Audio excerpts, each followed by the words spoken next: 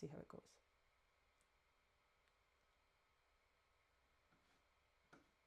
Hey, looks like it's working. Awesome.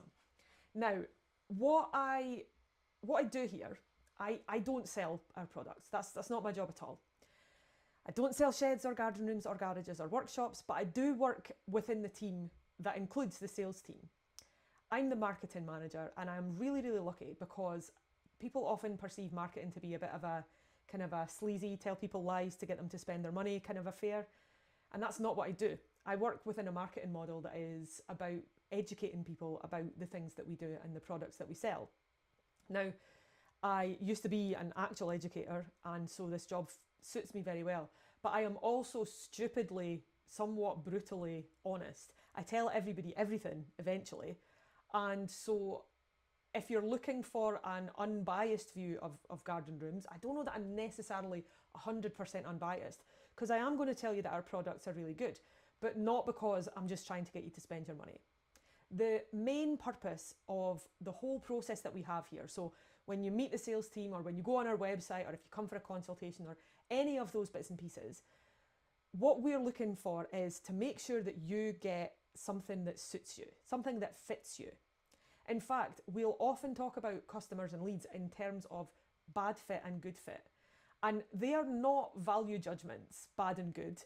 They are just, are these people who are going to be satisfied with our products, or are these people who are actually not really going to be satisfied with our products? And there's no shade in either direction. Gillis and Mackay's not for everybody. In fact, there's no garden room company out there that's for everybody. And that's one of the reasons why answering this apparently straightforward question, how much does a garden room cost, isn't simple at all. It's not straightforward. So let me just check out that I have done all the things that I need to do. Sweet. Shared. Sorted. Now, if there's anybody out there watching this and you have got a question, please feel free, by all means, put a wee comment in.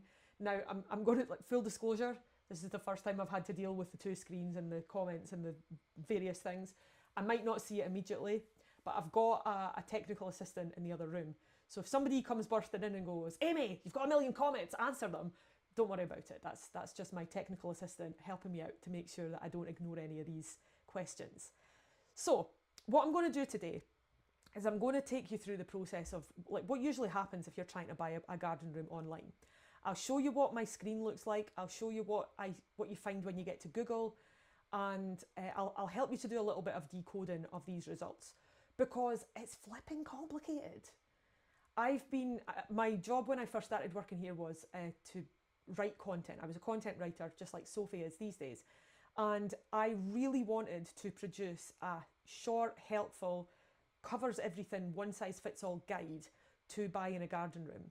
And I tried and I tried and I tried, and it was an impossible task. It wasn't something that I had within my capabilities, because garden rooms are all different.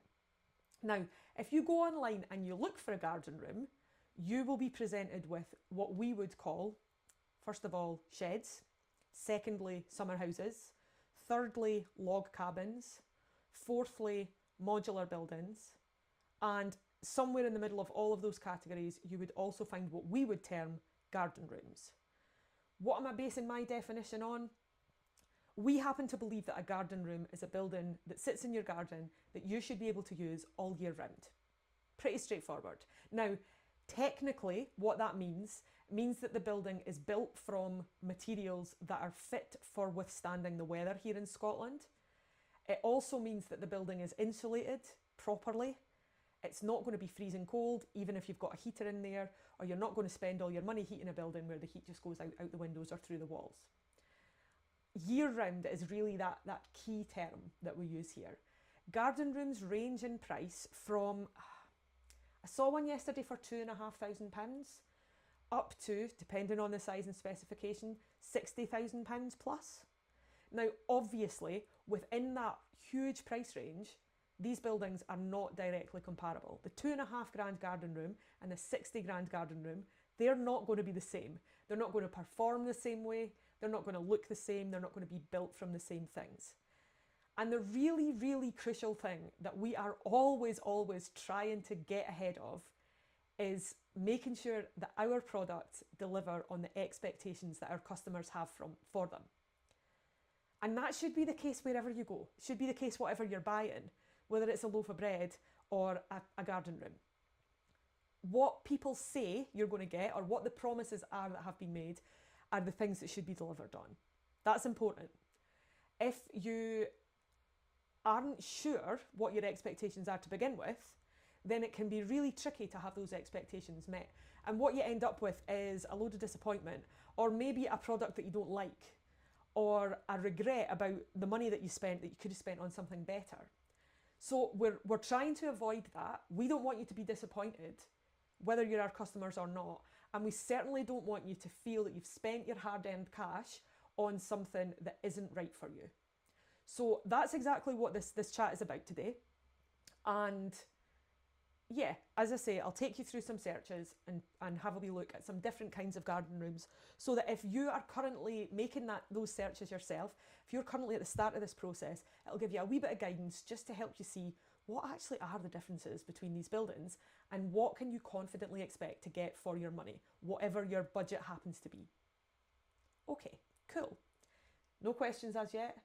Don't know if anybody's watching because that would involve buttons that I don't know how to click yet. But you know, we're all learning here, it's fine. So I'm going to be talking to you about how much things cost. Let's get one thing clear. People lose their minds when you talk about money. Like, really seriously, people lose their minds. So let's not lose our minds. I'm going to just point out a couple of things that are really important when you're talking about cost, when you're talking about value, when you're talking about budgets. Everybody's not the same. Everybody's not going to want the same thing. And there's a bit of a prevailing narrative within our society that if you've got more money, you're somehow better than somebody who's got less money. Personally, now these are my own views, they do not reflect anybody else's views or the views of the company, but personally I think that's bullshit. A person who's got more money has got more money, and a person who's got less money has got less money. That's all. There is no value judgment here. A person who spends 60 grand on a garden room is not somehow better than somebody who spends 15 grand on a garden room or 2.5 grand on a garden room. These are just choices. They are different. One is not better than the other. Because the goal of all of this is for you to get something that suits you. Your budget, your garden, your wants and needs, your desires, and your intentions for the space. I'm going to take a wee drink of water. Actually, I'm going to take a massive drink of water because I have the biggest water bottle in the world. Cool. Nobody wants me to like fall apart and die of dehydration, I assume. Okay, budget. The bottom line is, when you set the budget for buying anything, you're going to be aware that there's a range within that kind of scope. Now, usually, people are conscious that they don't want to spend too much money. That's fair enough. If you start off with a project planned budget of £10,000 and the project ends up costing £60,000, you're going to be absolutely furious about that. That's fair. So you want to have an accurate idea of costs before you get started. You need to know what kind of expectations you can have from the thing that you're buying. If you are on a budget, if you know that you've got this money but you don't really want to go above that budget, you might need to make some compromises. Now, that could be a compromise on the size of the building. It could be a compromise on the specification of the building. It could be a compromise on how long you expect that building to last. That's another really important thing to consider. So if you're buying something that's going to go in your back garden for maybe 4 or 5 summers and you only expect to use it in June, July, August when the weather's nice, and you don't mind if it's a wee bit chilly or a wee bit drafty and there's a load of spiders in there, that is one set of needs. Okay? Perfect. Absolutely fine. We can deal with that. If you have a bigger budget, then you can have more of what you want. So you can have a fully building control compliant space. It can have underfloor heating, or it can have a log burning stove, or it can have plumbing, or you've got lots and lots and lots of options with a larger budget project. The other thing to consider is the space that you have. Now, typically speaking, our Blackstone garden rooms, which are that top end, big budget projects, and there's lots of competitors in the space. I've mentioned some of them already in these lives. People like Zen Garden Rooms, Garden Rooms by Creative, Aroa Escapes, JML, Outside In. These are the Scottish companies that are making these garden rooms. These are, as I say, they're building control compliant. In other words, you could live in these buildings. You can use them as offices, you can use them as business premises, you can use them as Airbnbs, whatever you want to do with them. Now, obviously, these are at the higher end of the scale when it comes to garden rooms, and your expectations for these buildings should be that they are fully watertight, they are fully insulated, they are easy to heat, they keep the heat in and out when you need them to. They've got all the mod cons that you're looking for. And that's the kind of luxury that you have when you've got a bigger project budget. Now, typically, when we build garden rooms like this, we're building them for people who have plenty of space. Maybe they're on a farm or a similar type of plot of land, or maybe they've just got an enormous garden. They're not having to worry about, is this going to fit in the garden? Is it going to bug my neighbours? How close is it to a fence or a wall or anything like that? They're just saying, we've got a big space, we've got big plans, we've got a pretty big budget, and we're going to use that budget to the best of our abilities. Great. Now, we can cope with those customers, or any of those competitors that I've talked about here in Scotland. They can also cope with those customers, and that's fine. But if you don't fit into that category, you have different options. Again, not a value judgment, just a different circumstance. So let's start at the kind of lowest end of the budget. If you're going to buy a building that sits in your garden that you want to make some occasional use of when the weather is better, it might be that you're not actually looking for a garden room. You might be looking for a summer house. Now, the difference between a shed and a summer house is generally that a summer house has lots more windows and it lets lots of light in. We used to build summer houses, and they were good. They were, in fact, probably the best summer houses on the Scottish market. But people wanted year-round buildings, and people expected year-round performance from our summer houses, and that just wasn't a realistic expectation. You can't take a single skinned building, so just one layer of timber between the inside and the outside of the building, and expect that it's going to perform in the same way as a building that's been specifically constructed for being used year-round. Okay, so the summer houses were, how much did they cost? You'd probably be looking at a budget of between £4,000 to £8,000, roughly speaking. Now, we stopped making them a few years ago, so perhaps adjust that for the great economic giant that is 2026. However, you can buy buildings like this. They are out there online. In fact, let's take a wee look at some of these buildings, and I'll stop just talking about stuff and show you some examples. So I'm going to put this over here, and you should be able to see it, fingers crossed. And hey, there we go, there's my desktop. And if I click back to this guy, you've got a brilliant wee animation. Oh, that is a brilliant wee animation, I like it. I'm currently trying to collect money for our World Cup sweepie. It's been a bit of a nightmare. I've got 24 people in the sweepie. I've got 4 people who've paid so far. So if you happen to work at Gillis and Mackay and you're watching this, get me your fivers. Otherwise, there will be no sweepie. Anyway, so let's have a wee look at the mighty Google. Now, summer houses is where we'll start. And if you're thinking, oh, wait a minute, I'm here to talk about garden rooms, this is still relevant information for you. And here's why. Let's take a wee look at the sponsored pictures. Now, I've got a gigantic cursor so that you can see this easily. And hopefully you can see that what I'm clicking on here. Now, the reason that I have started with summer houses is because if you Google summer houses, these are the pictures that will come up. And if you Google garden rooms, these are also the pictures that will come up. When you go to websites that sell buildings like this, let's have a look at tiger sheds, just out of curiosity. You will see that here along the top, no cookies. I hate cookies. Not obviously the delicious kind that have chocolate chips in them. So here we've got a summer house building. But if you look along the top, you'll see that we've got sheds, log cabins, garden rooms, summer houses, garden storage, outdoor living and garden building accessories. Now, this building's called the summer house.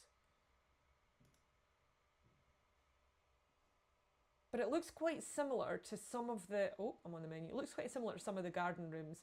There are differences, and we'll talk about those in a minute, but they don't look wildly different. Now, the first thing that I'm observing here when I look at this particular summer house is, it looks like it's single skinned. In other words, it's just built out of a single layer of timber. And I'm basing that on the fact that on the inside of the photograph, I can see a vertical upright, which I guess is the framing of the building. And then the panelling has been nailed on or fixed to the frame in some way. And that's essentially a shed with windows. That's what that is. It's got long windows in the doors and on the front of the building, so it lets in lots of sun. The prices here are from only $1,413.99 and from, well, that's a whole other thing to talk about. I'm getting there. I have got a plan. So this is a building that isn't insulated. It's a single layer of timber, and you know, it's timber. Very straightforward. It says it's got a 20-year guarantee. However, I mean, I know this website pretty well because this is the sort of thing I look at. When I'm looking for the information about the guarantee, I'm not seeing anything immediately. Now, I could go hunting for it, but it's not really what I want to talk about today. So I'm just going to double check it's not there. Yeah, I don't know what that guarantee actually means. Very often with single skinned buildings, particularly at the cheaper end, you'll see that there's a 20-year guarantee. Sometimes it even goes to like 25-year guarantee. What that guarantee actually covers is the chemical treatment of the timber, which protects it from rot and from insect damage. What that means is your timber shouldn't rot any more than, after any length of time more than 20 years.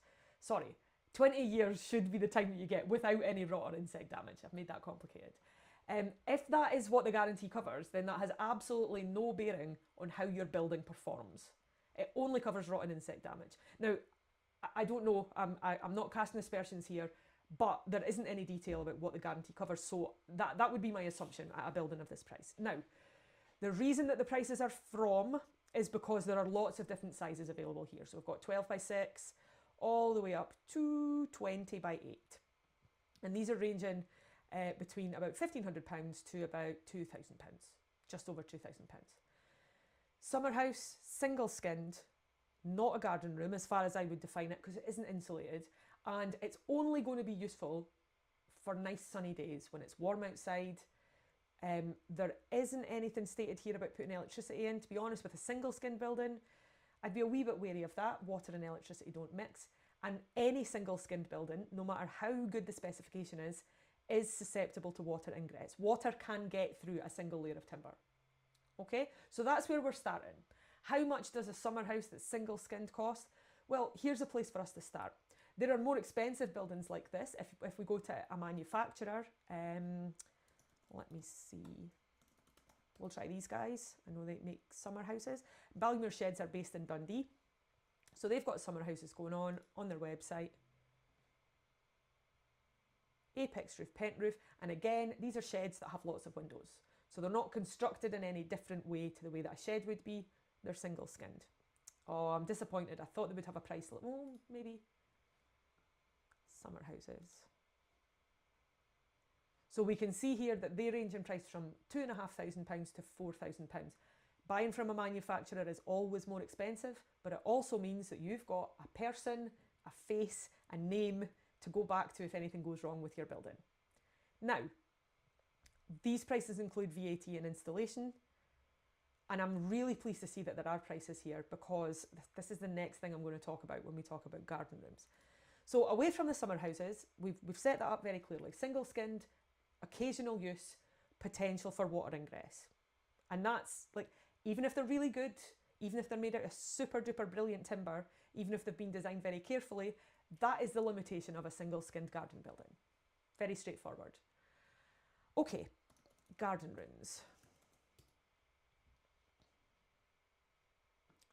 Because I'm a Luddite, I'm using DuckDuckGo rather than Google. Tell you what, let's go to Google and be real life. I don't like AI summaries, so I generally use DuckDuckGo instead. Okay, Garden Room Scotland. Let's see what we get. Interesting. Now, of course, because of the mighty algorithm, your Google search might not look like my Google search. I look at garden room websites fairly regularly because of the line of work I'm in. So I'm getting those places that sell the really, really top-notch garden rooms. I'm also, let's be clear, I'm also getting people who probably pay the Google Ads budget. That's the way of the world these days. Now, I don't know if that's certainly the case. It might just be that these are location searches, but it's not always easy to see right off the bat that you've actually gotten the answer to the question of the question that you asked Google. So, some of the guys that I've talked about already. Let's look at JML. Now, JML make seriously foxy garden rooms. Absolutely no question. They're beautiful. They are those building control compliant. You could live in them, all that sort of stuff. That's what's going on. Now, we've got a price list here. It's perhaps a little bit, the text is a wee bit small, but we'll be okay. And we've got different models of garden rooms, so the Lowlander, the Highlander, the Bothy, Garden Annex, and of course you could go on the website and have a look at all the different details of these different buildings. And you'll see that if you're looking for a smaller building, that's what we're here for, small garden rooms. So JML's prices start here at 9 square metres, 3 metres by 3 metres for the sake of argument. It might be a different configuration. And the prices here are starting from £33,500. Whoa, wait a minute. A second ago we were talking about £1,500 and now we're into £33,500. Huge variation in price. Now, what are you getting for your 9 square metres? Again, we could go back through the JML website and look at all the technical details. I'm not going to do that right now, maybe another day, but this is a building that is fully equipped to beat the weather. It's fully insulated, it'll stay cosy, you can work in there, you could sleep in there. I mean, it's pretty small for putting a bed in, for putting accommodation in, but that's what you're looking for a small building. Small buildings at this level of specification are much more expensive per square foot than the larger buildings are. It's as simple as that. So if we look, for example, at the 9 square metre price versus the 18 square metre price, one is not half the price of the other. It's significantly less per square metre if you're building a bigger building. And that is because of economy of scale, quite frankly.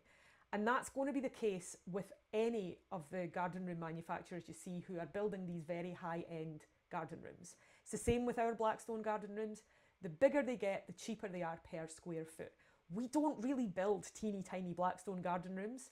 There are two good reasons for that. One, they tend to be mega expensive. And two, if you're building a really little space in your garden, do you really need a fully building control compliant space? Are you actually going to be sleeping in there? Have you got a child who you don't like very much and you're trying to punt them out into the garden? I mean, that might be the case, but a lot of the time we were finding we actually had people who fit right in the middle of that category. They weren't looking for an all singing, all dancing, building control performance building, but they wanted something better than a single skinned summer house occasional use building. So they wanted a garden room looking thing, they wanted a garden room performing thing, but they didn't necessarily need for it to be right at the top end of that price bracket. And that is why we created our Radiata garden rooms. We are not aware currently of any other Scottish manufacturer who is making buildings that deliver in the same way that our Rads do on specification, quality, service and price. Now, price is the important one here. We did not skimp on the specification in order to make them cheap. They are not cheap buildings as in poor quality buildings. They are, however, very cost effective compared to other garden room offerings, particularly for the size of building that we're talking about. So under 12 metres squared, we knew that we didn't have to go all out in specification. We didn't have to make it building control compliant because for the most part, people are not necessarily going to be living in these buildings. They're not going to be in them 24 hours a day. They're going to be for occasional use, but year-round occasional use. We don't want them to have any problems with water ingress like we would see with the single-skinned buildings, but is it perhaps overkill to go for you could live in this building when it's actually just going to occupy a wee corner and you're going to sit in there and maybe do the crosswords and drink a coffee, or have your pals over of an evening for some wine and carrying on? So the real difficulty when it comes to answering this question of how much a small garden room costs starts with another question. Because before you determine how much you're going to spend, the key question is, what are you going to use the building for? If you know that you need to be in that building 24/7 and you need it to perform at the same level as the house that you live in, you're probably not going to build a teeny tiny version of that building. Probably. Again, lots of different circumstances. But if you're looking at a much bigger building, you're looking at a much bigger budget. So what if you're there in the middle? You don't want a single-skinned building, but maybe you don't need to spend £33,500 for a 9 square metre building. So I could talk to you for ages about RADs. I did that the other day. There's lots and lots of information both on our website and in the live that I did the other day about the specification of those buildings. But I don't just want to bang on about our buildings. That's not the plan here. Let's take a look at some other small garden rooms. Garden rooms, by whose definition, we'll talk about when we get there. But what I'm saying is the really, really expensive, super beautiful, incredibly high-spec garden rooms, they might be overkill for your particular needs. And if you're out there thinking, oh, well, that's what I've got to have, there are other options. Okay, just for the purposes of not picking on JML, I'm going to have a look at Garden Rooms by Creative. These are good guy websites too, not just, like, we rate the buildings, but the websites are good because there's prices on there. It's so annoying when you're trying to find out a price and you've got to make a phone call or you've got to send an email. It's 2026. You can find out almost everything very, very quickly. We need prices on websites, you know, and it's so great when I first started writing review blogs where I look at the offerings of other garden room companies or other shed or garage or workshop companies. It's difficult. It has been really difficult in the past because so many companies just expect you to get in touch with them to find the price. And we don't think that's okay. We're not cool with that. So big up Garden Rooms by Creative. They've got their prices right there. In fact, they start off by saying, we're clear about our prices. Awesome. So they've got square metre prices again. And you can see that the smaller buildings per square foot versus the larger buildings per square foot, there's a significant difference. So a 2 metre by 2 metre garden room starts at £16,500, £16,594. Whereas twice that, 4 metres by 4 metres, is £23,314. So the bigger the building gets, the cheaper it gets per square metre. That's generally the case. And there's also almost always, we do this too, almost always prices are prices from. There's a good reason for that. If you're dealing with a manufacturer rather than a supplier, they will be able to customise your building. So if you're looking for, this one for example has got options for if you want an overhang, like a canopy, if you want a recess, if you perhaps want an additional storage shed that goes on the side of the building, maybe you want there to be an internal room or a partition. There are so many options, but all of those options take additional design time, they take additional labour time, they take additional materials, so there will usually, in fact pretty much always, there's going to be an additional cost for those customisations. So we try hard to put our prices out there, and Prices From is a brilliant place to start. As I say, excellent work by Garden Rooms by Creative, because lots of garden room companies don't give you that transparency. So starting from, now let's talk about another really important thing when it comes to price. A garden room's a project. Does your price cover, well, what does your price cover? Our prices, for example, cover the building first and foremost. Doesn't cover the cost of the base works that you'll need, doesn't cover the cost of any electrics. Some companies will provide those things within their prices, but they might have a basic package or they might have a surcharge depending on your individual circumstances. If you're at the point of thinking, why does this all have to be so complicated? Yeah, I absolutely feel your pain on that. You can take two identical garden room models, two identical sizes, two different projects, and the cost for those projects will be very different. So if you're a company that is offering an all-in-one groundworks, electrics and the building service, you're either overestimating the cost of the groundworks and the electrics to make sure that you don't get burned, or you're going to have to wiggle your prices about depending on the individual project. Here's a very quick example. I know I could talk about this for 100 years. I'm not going to keep you forever. But here's a very quick example. Let's say that you have got a beautifully flat, easily accessible garden, and you're putting in a garden room that's like 3 or 4 meters away from the back door of your house. Let's just say. That is a project that is significantly simpler for installing a garden room. The access means that the guys who dig out the base, so they'll either be digging out, putting down hardcore and laying slabs or pouring concrete, or they'll be installing ground screws. And for either of those options, the equipment is big and it's heavy and it needs to be gotten into the space. So if you've got nice easy access, the quote for your groundworks will be cheaper because we don't have to allow for extra shenanigans to get all the equipment in there and do the work. If you're pretty close to the house, then you're pretty close to your electrical supply.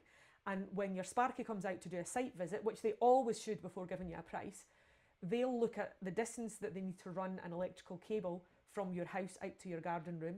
So that covers, first of all, the cost of the cable, how well armoured it has to be, how deep they need to bury it, all that sort of stuff. Plus, if you're getting a basic electrical package, let's say you get a light and 2 double sockets, that's pretty standard. If you want more, it'll cost more. But if you just want to go for the basic package, fine, again, lower cost.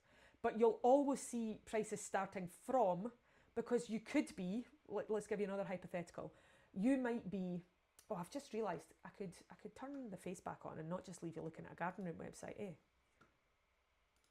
Hey, it's me again.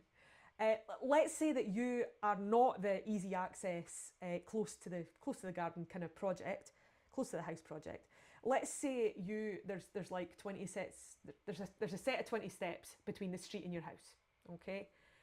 There's a narrow passageway between your house and the house next door. And despite those restrictions, you've got a garden where you're going to be putting your garden room like 30 metres down at the bottom of your garden.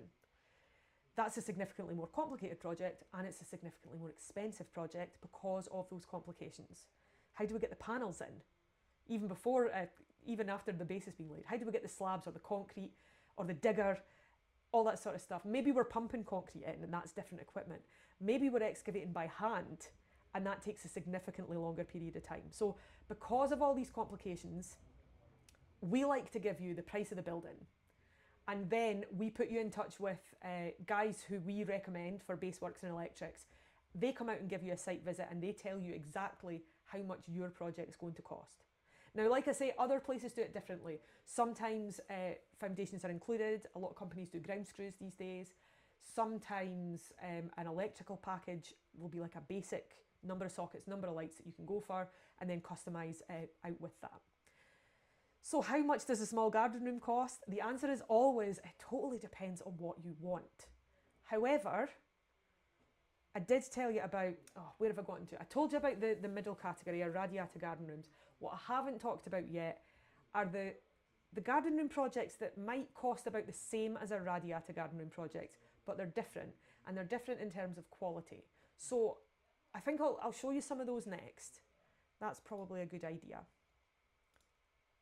You can tell I'm freestyling a little bit today. So, let's go back to garden rooms in Scotland.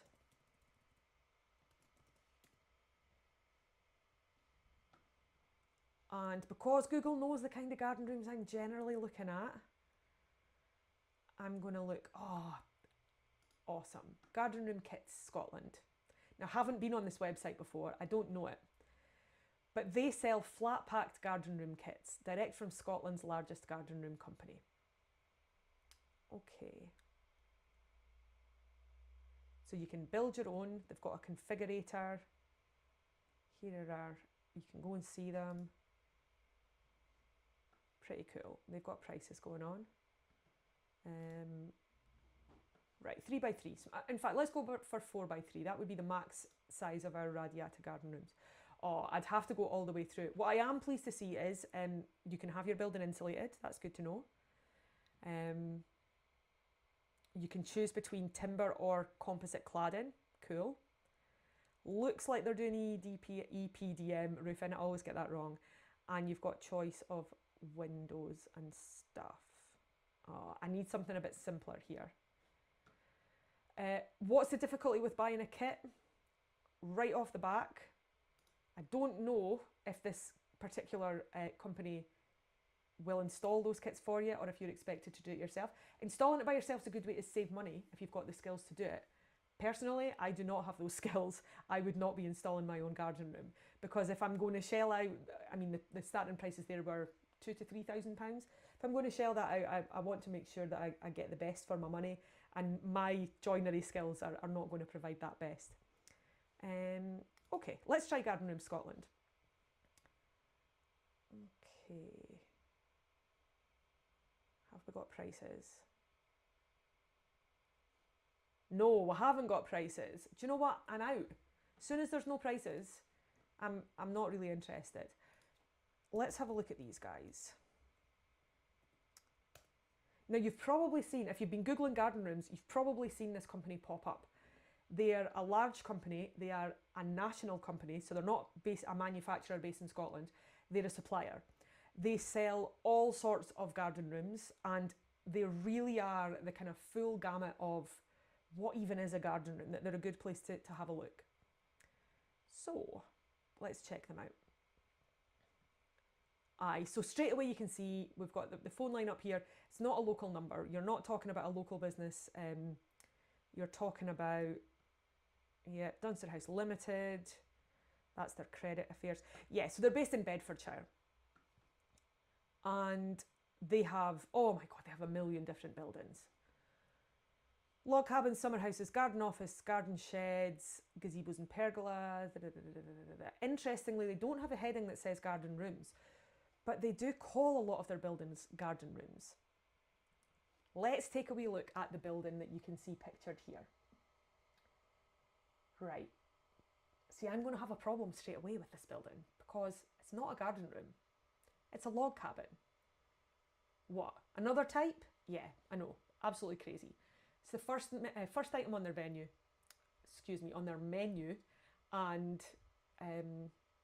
let's just take a look. Oh, no, don't want that stuff, please. I just want to look at your log cabins. Here we go. Hello, come on. Can I just see some prices maybe? Right, here we go. Getting down to brass tacks. Great. A whole range of log cabins here. You can see them there. And they're usually interlocking log cabins, and you can see here that kind of overlappy thing that goes on at the corners. Interlocking log cabins are, as the name suggests, built out of boards that interlocks. It's like building a big jigsaw puzzle. They are, the timbers used are significantly thicker than would be used for a shed, but they are still single-skinned buildings. Please, please, we have so much content on log cabins. We know that log cabins don't perform as well as tiered buildings do, as buildings with multiple layers.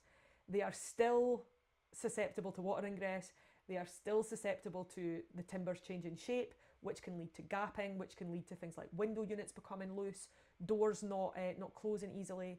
They are still susceptible to timber swelling, all that sort of stuff. Now, don't get me wrong, there's a place for log cabins. If you love the aesthetic of a log cabin and they suit your budget, great, crack on. But don't expect them to perform like fully insulated, high-spec garden rooms. That is an unreasonable expectation. So I was sorted here by price. Let's go high to low just for the joys. Typically what you're going to see with log cabins is that the higher priced buildings are big. Okay, so this one is 7.5 metres by 3.5 metres. That's a huge building. That's not a small garden room category at all. So I'll go back to my original sort and see what we've got here down with the smaller buildings. Okay, 3 metres by 1.8 metres, £2,069. Oh, they've got money off. Let's get more up into the middle range. 2.4 metres by 3 metres, 1,546. About the same as those summer house single skinned buildings that we were seeing from Tiger. So, oh, big old sale. If you're looking for a log cabin, big old sale. Interesting, some of these buildings, when you start to get a little bit more expensive, are offering UPVC. That might sound like a great idea. UPVC double glazing is obviously better at keeping the heat in/out than timber frame windows would be. But remember what I said about log cabins, they're very susceptible to shape change. There's no point in spending that money on a UPVC unit if the space between the frame of that window and the wall is going to be a big old gap after a couple of winters and summers have gone by and a whole load of timber shape change. Personally, if I was going to buy a log cabin, I wouldn't splash out for the UPVC because I know what the capabilities of this building are. Okay, let's go a little bit higher up in terms of spec. Now, I can absolutely go into detail about specification for any of these buildings. I can tell you why they cost what they cost. I mean, I've already been talking for quite a long time. Goodness me, I've been talking for ages. That's definitely something that I could look at if there's any interest in seeing what that is. In fact, if you're currently looking at a garden room, whether it's a single skin building, a log cabin, whether it's a high-end specification building, if you have got a quote or if you've got information from a company about that building, I'm happy to give you my thoughts on whether or not that specification and that price is matching up for you and your project details. That would be that's an easy video for me to make. What I'm looking for, however, I'm looking to show you one more type of garden room, maybe out of the log cabin category and looking more into the garden room category. So let's see what the garden offices say here at Dunster House. Okay, we've got composite garden offices. I was about to complain that the website's going really slowly, but to be honest, my laptop's still doing the going to the moon thing. It might just be because I'm streaming. That's fair enough. Or it could be that the website's really slow and I'm streaming. Don't know.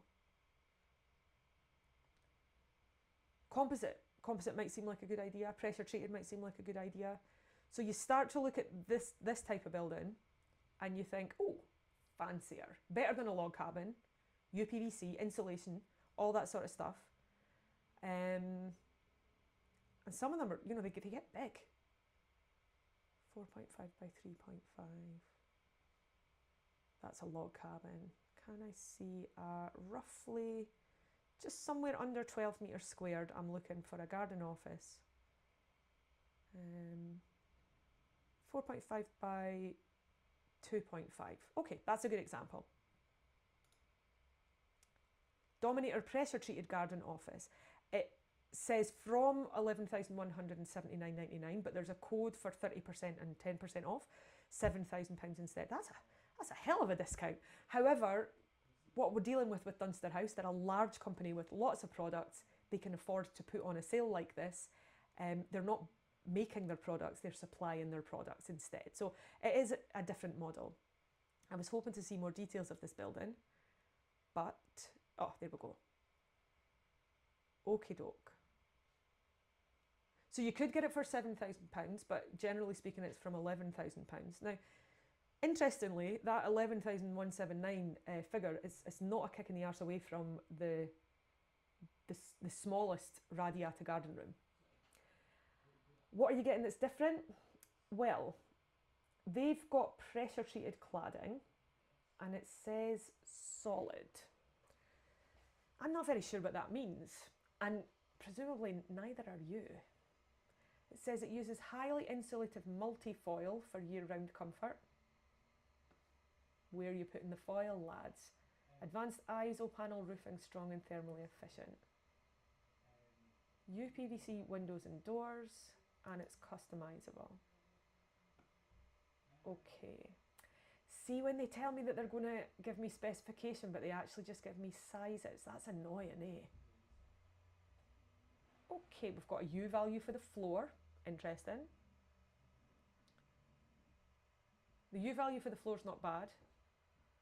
Ah, okay, now we're getting to brass tacks. 10mm Thermacell and 2mm multifoil, plus 45mm timber, 0.2mm breather membrane, 15mm batten, 15mm treated tongue and groove timber board. Well, they're at least putting layers in. That's decent. 25mm external timber thickness. They've got U values here. French door. Slow grown spruce is not making me happy. There's a garden room website, a timber building website, I can't remember which one it is, that always makes the point of saying that their buildings are not made from, they're made from spruce, not cheap pine. And this makes me laugh a whole lot because cheap spruce ain't any better than cheap pine. Spruce and pine are very, very commonly used for garden buildings, and slow-grown spruce, see, immediately I'm like, where from? This is what you need to know about timber. Where is it from? What kind of timber is it? And how thick is it going to be in the building? And how's it being used? If it's good spruce, it might be reasonable. If it's good pine, it's better than good spruce. If it's good pine, it's definitely better than cheap spruce. If it's good spruce, it's better than cheap pine. Again, yeah, this shit's complicated. Where was I getting back to? This specification. Okay. I am pleased to see that it is insulated, first off. And the insulation looks reasonable. Having a wee look at delivery.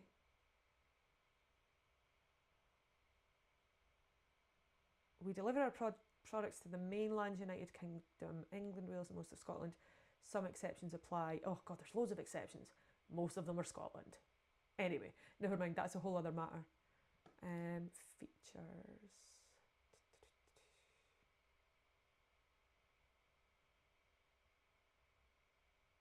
Oh, it's these guys, slow-grown spruce, not cheap pine. Where is your spruce from? That's the bit that allows me to actually understand if it has been slow-grown and whether or not it's worthwhile putting it in a building. I'm not happy about the spruce cladding. I am happy to see that there's an air cavity, but I'd really like to see how the building actually works, you know, how it's all put together. Is this a building that's going to keep the weather out? Maybe. The roof looks fairly decent. The floor's been insulated. It's okay. That's probably the best I can give you. It's okay. The other thing I wanted to see is who's actually building these garden rooms.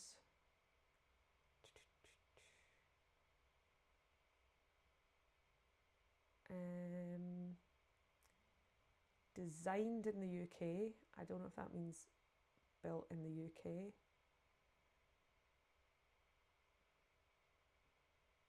Says they're UK custom. I'm not sure. I'm not sure if they build these buildings or if they're buying them from a supplier. And of course, if you buy from a supplier, you're essentially buying from a big shop. It's like going to the supermarket.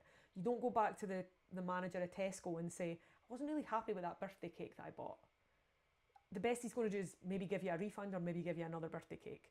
He's not going to say, I'm really sorry, let's fix that for you, the way that hopefully a responsible garden room company would do. Yeah. Okay, I've been chatting for a really long time. I'm going to wrap this up quickly.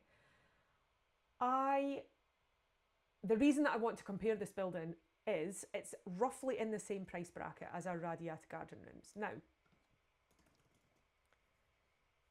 as I said, these garden rooms were specifically designed to occupy that place in the market for people who don't need a huge, super duper high spec building, but for the specification, for the price, the specification that we are offering is absolutely unbeatable. Real timber, real wood.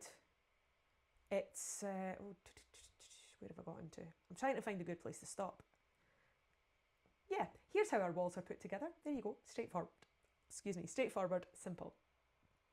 We don't use UPVC, we use aluminium double glazing because the buildings are small, so the aluminium units have got a much slimmer profile. They look better. They are premium aluminium double glazed windows with argon filled, soft coated, yada yada, all that chat. And if we do say so ourselves, they look really pretty. Not just the windows, the buildings. 4 distinct designs and starting from 11,949. So a little bit more expensive than that pressure treated office that you can see there, where I'm not sure about the quality of the timber. I do like the fact that there's a breather cavity and insulation, but I'm also not mad keen about the insulation situation. We'll see. Sorry, I'm looking at too many things. My brain's not coping with it. What are we offering? We're offering really, really beautiful buildings that are made out of real timber, that are made here by real people down in our workshop, just over there. If anything goes wrong, because you know, like, don't get me wrong, sometimes there are tiny wee bits and pieces that need sorted out, we'll come back and we'll sort it out. We've guaranteed these buildings for 30 years. Not guaranteed the timber, not guaranteed a particular component in the building, we're guaranteeing the building for 30 years. You are definitely not getting that from Dunster House. Now, again, I'm not picking on Dunster House. They are one example of a big supplier that have a lot of different types of buildings at a lot of different price points. And the price points that they offer, they have a lot more price points that they can offer. You can go in at, you know, £1,500, you can go in at £7,000, you can go in at £12,000, etc., all the way up. But the specification that you're looking for, the specification that you're trying to kind of wish for, like you probably don't care about the thickness of the insulation and the breather cavity and all the rest of it. You just want to know that you're getting a building that's A, cosy when you need it to be cosy, B, cool when you need it to be cool, and C, isn't going to cause you any hassle. It's not going to leak, it's not going to be shonky, it's not going to be freezing cold or completely airless inside. You want to know that you're getting a good quality product, that you know what to expect from it and it can deliver on those expectations. These buildings have been specifically designed to do that. Now, I'm not going to lie, I'm pleasantly surprised by the Dominator pressure treated garden office, solid. It's £7,000, and while I'd like much more information about the specification, I probably wouldn't put it up in my own garden because I don't know how long it's going to last. But if I had a budget that was, you know, around about that place, if I already had a decent base down for it to sit on, that's a whole other chat, I might be tempted. And there wouldn't be anything particularly wrong with that. However, I wouldn't be expecting this to be a 30-year building. Firstly, because it's only £7,000. Secondly, because I'm not really very sure how it's been built. It's coming from a big supplier, it's been mass produced. Delivery, yeah, they are delivering their own buildings, but I'm not very sure. This is the thing that we've been talking about this week. A lot of garden room companies use delivery contractors.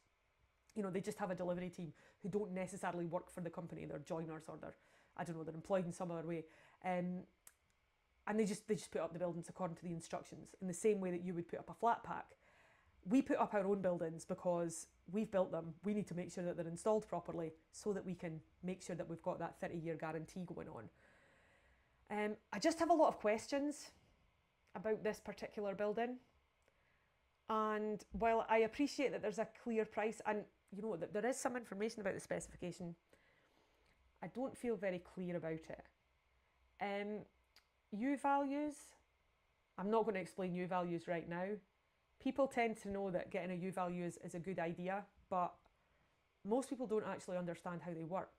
So putting that information up there might not actually be that helpful for you. Okay. I'm just going to, press a button and wrap things up, because otherwise I'll be chatting forever. God, it's nearly been an hour. What did I set out to say to you today? Number one, how much does a small garden room cost? Jesus, it's a minefield. They might cost £1,500. They might cost £7,000. They might cost £12,000. They might cost £15,000. They might cost £30,000.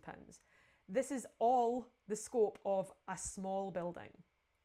What we did with our small buildings, because they're small, we knew that we could deliver on quality while making sure that the price was at a point for people who don't need the all singing, all dancings. They're only putting a small building into a garden that, you know, they're not necessarily going to be living in there 24 hours a day.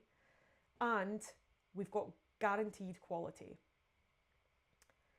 So, a couple of things to take away. Number one, like I said earlier, if you're currently in the process of looking at a garden room and you'd like some more information about it, hit me up. Put a comment in the comments, send us an email, refer back to this live, it'll get to me, I'm Amy, and I'll take a look at it and tell you what I think. If there's loads of information about the building, that makes my job much easier, and if there's not very much information on the building, that makes it a little bit harder, but I could certainly give you my thoughts. The other thing to consider is, it is a minefield, and you're probably going to want to talk to a few different sets of people. Why would you go and talk to people? Like, can't you just buy them online? Yeah, of course, you absolutely can. But if you go and talk to a real person, you get a vibe about what they're like, how much you trust them, whether or not you feel like they're trying to upsell you a million things, or whether they're just trying to help you solve your garden problem. You'll also get a sense for what the buildings look like in real life, hopefully. Usually there's show areas attached to all of these places. And you'll get a feel, you know. Deciding what's best for you is a really, really tricky course of action when you're looking at a project that's as complicated as this. I spend my every waking moment, well, certainly when I'm at work, thinking about ways to make this easier. But sometimes that does just involve saying, actually, it's pretty complicated. Come and talk to us, we'll answer your questions. Even if you don't buy from us, you're not taking up our time. We're happy to say, here's what's going on with your garden room plans, or here's what you need, or actually that's a lot of money to spend for a building that you're only going to use occasionally. We love the questions. They are literally why I'm here, to raise awareness of the fact that this market's really complicated, to let you see where our buildings sit within that market, and to answer any questions that you've got. So hopefully that's made things a little bit clearer rather than just really complicated. Sometimes you have to get through the complicated bit to get to the plan that's best for you. So thank you for watching if you're still here. And in the group and in the comments, there's plenty of scope for you to drop me a wee question. I'm genuinely, like, I'm sitting here waiting for somebody to ask me a question so I can get my keyboard on and get busy answering it. Don't be shy. There's no such thing as a stupid question, and I'm happy to, do my best with those. Okay. Yeah, more than enough of that. I'm going to go now, and I'll see you again very, very soon. If you've got an idea for a video, a question that you'd like answered, something that I touched on today that was just, pretty whistle stop and you'd like more information on, that's absolutely no problem. Let me know, and I'll see you soon. Thank you. Bye-bye.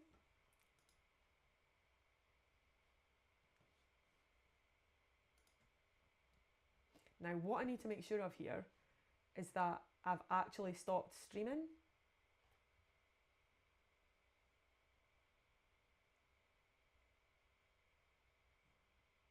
Seems like I'm still live. Woo.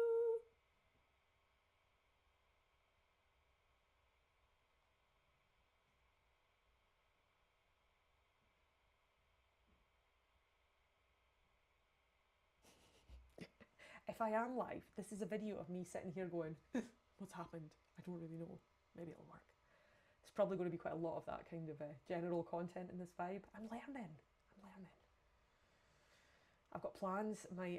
If I've now conquered how to stream on Facebook and YouTube at the same time, then the next thing to consider is, can I get onto Instagram and TikTok at the same time?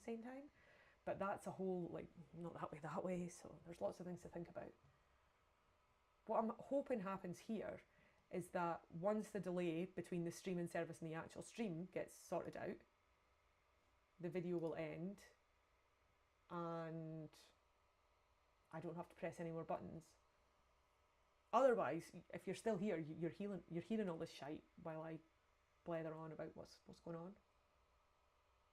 But I also, like, I don't want to end the stream now because there is a delay, so that could potentially cut off the end of what I'm saying. Yeah, I don't know. This is number 4. Yeah, this is number 4. So give me a wee bit of grace if it's not the most, not the most super duper slick technical presentation. I'm doing my best here.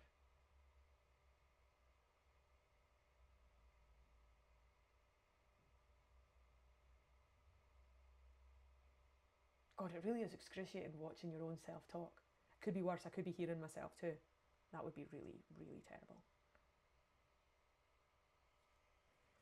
Right, I'm on like an hour and 3 minutes.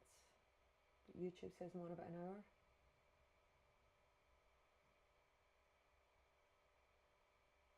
The wee light did okay. I looked really dark when I first got onto the streaming service, so I put a couple of wee. They're slightly hilarious, these little lights. Like, look at them. But this one died, but they are actually fairly bright considering they're only wee.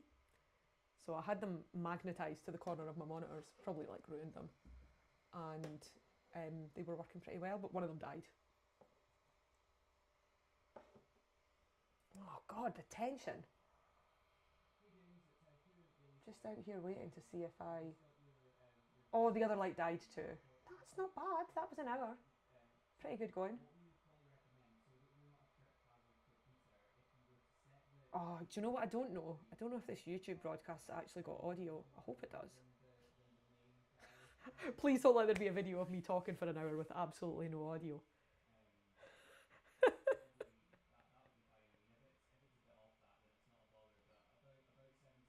It does look like I'm getting finished up now. It does seem to be the case.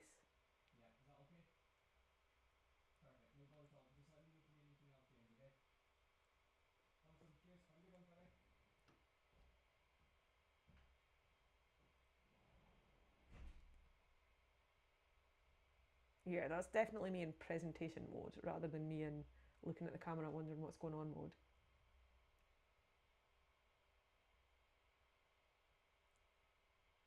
God, there's so many things to work out.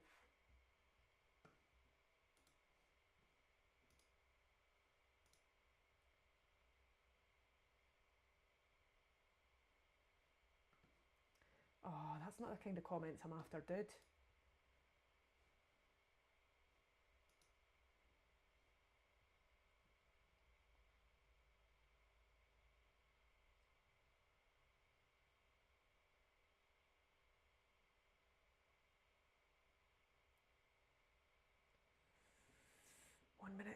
One hour and 3. Surely we're nearly at the end.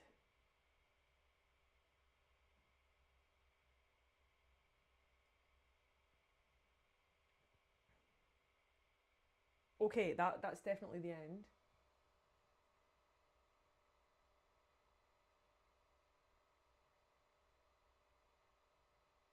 Oh no, it's not the end. I'm still going.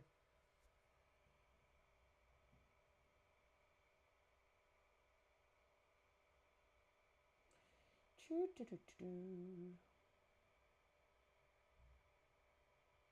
other thing about YouTube is there's a live chat. Like, I seriously don't know how people manage to do all of these things all at the same time. Absolute madness.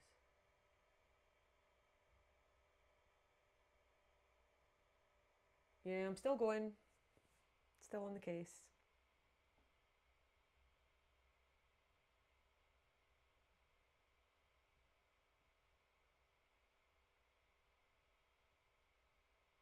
Laptop's still going to the moon.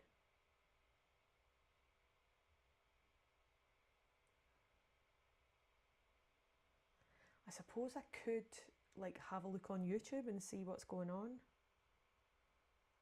But then if I am still streaming, then it'll be a video of me watching myself on YouTube. That'll probably break the universe, won't it?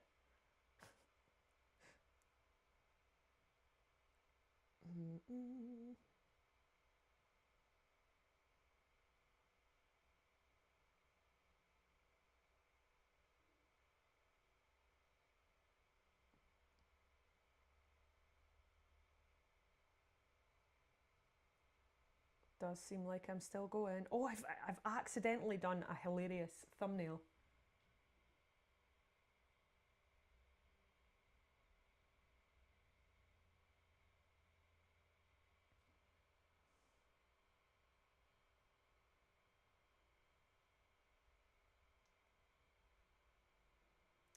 Yeah, I think I am just still live. Shit. Gonna turn this off now. But it makes it very scary. It'll stop immediately and you'll no longer be live.